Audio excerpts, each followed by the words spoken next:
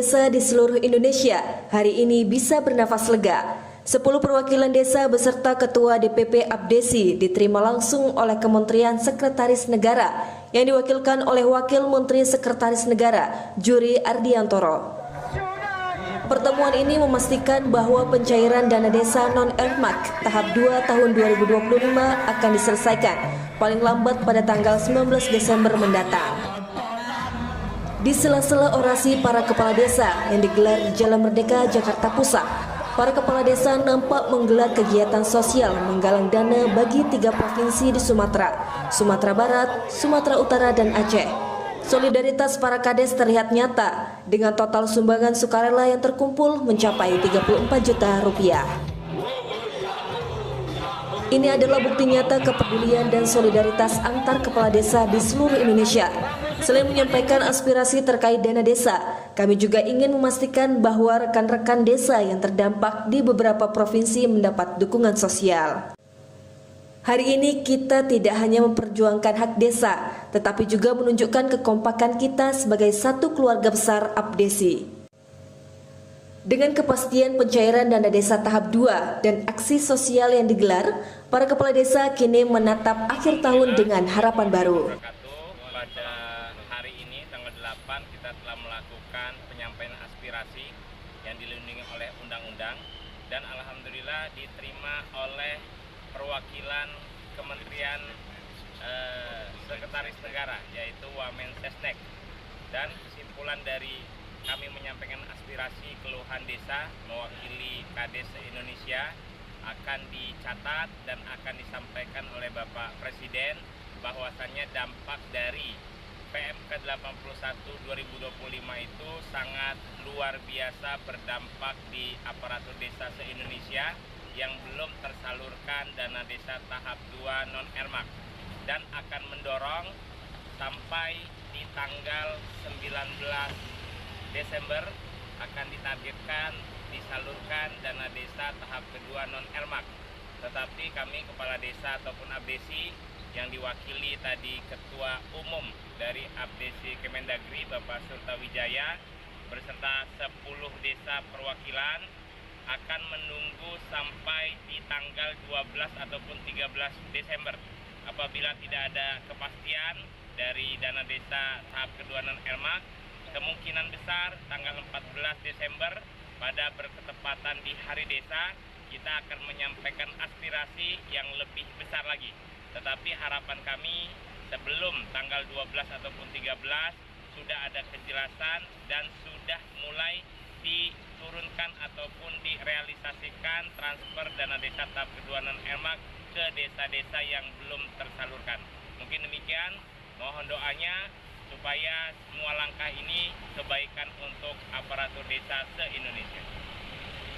Kerjasamanya yang baik, kami sekali lagi kami akan melayani dengan baik kepada bapak-bapak maupun ibu-ibu dalam menyampaikan aspirasinya. Demikian, terima kasih. Wassalamualaikum warahmatullahi wabarakatuh. Selamat pagi. 8 Desember 2025 dari Jakarta, Infodesa News, Ronald Pengabean melaporkan.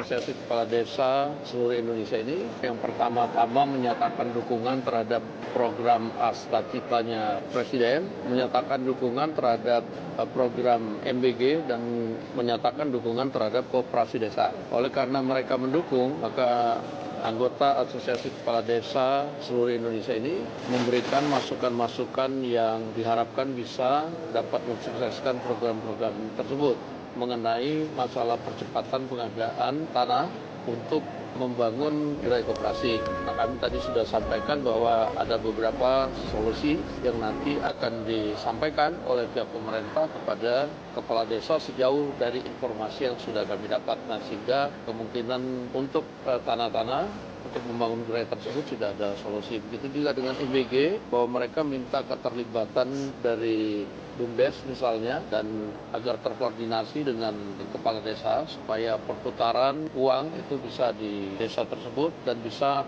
menimbulkan efek pendapatan dan kenaikan ekonomi. Nah, itu juga kami akan juga sampaikan. Begitu kira-kira.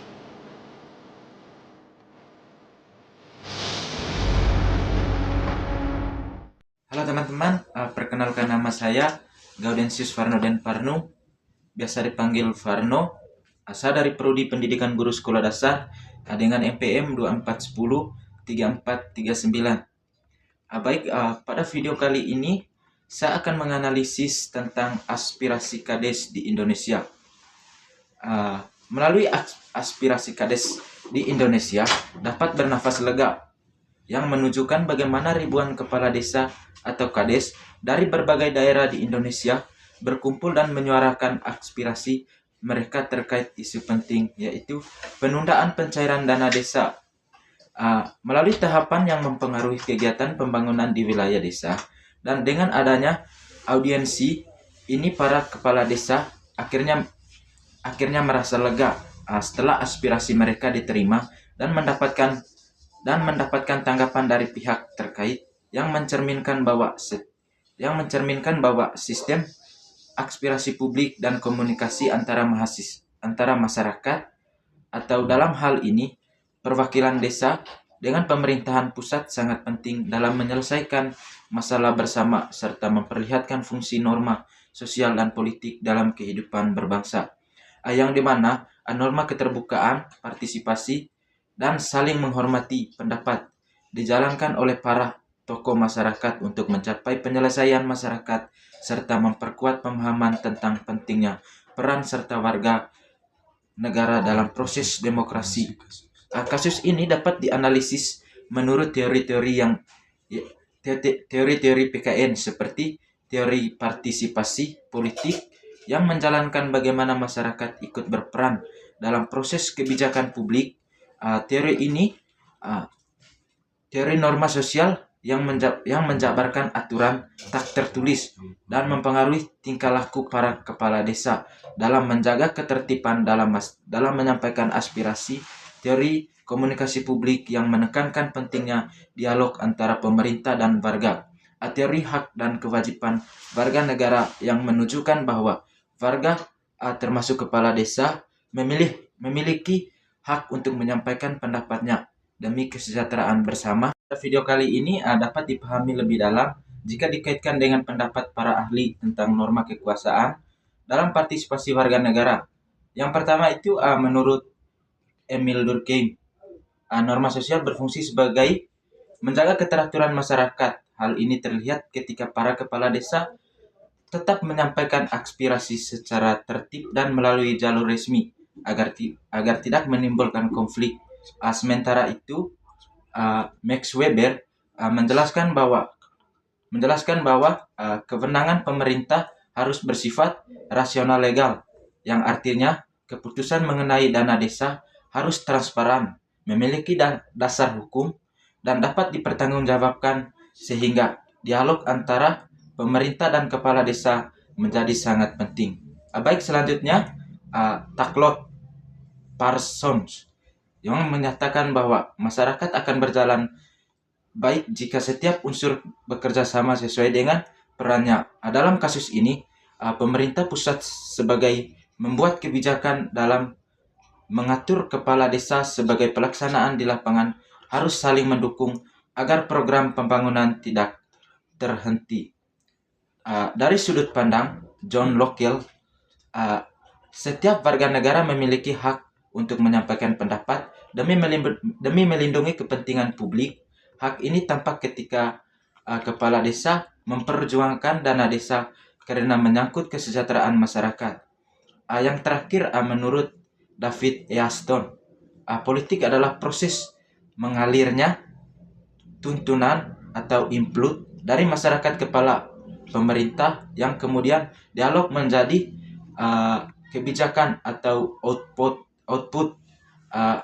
direspons sehingga menghasilkan kejelasan dan solusi. Dengan demikian, kasus dalam video bukan hanya peristiwa biasa, tetapi contoh nyata itu bagaimana norma hak dan warga negara, partisipasi politik dalam mekanisme demokrasi yang bekerja sama untuk menjaga keadilan dan keteraturan serta keberlanjutan pembangunan di tingkat desa. Baik, sekian penjelasan materi dari saya. Atas perhatiannya, saya ucapkan limpah terima kasih.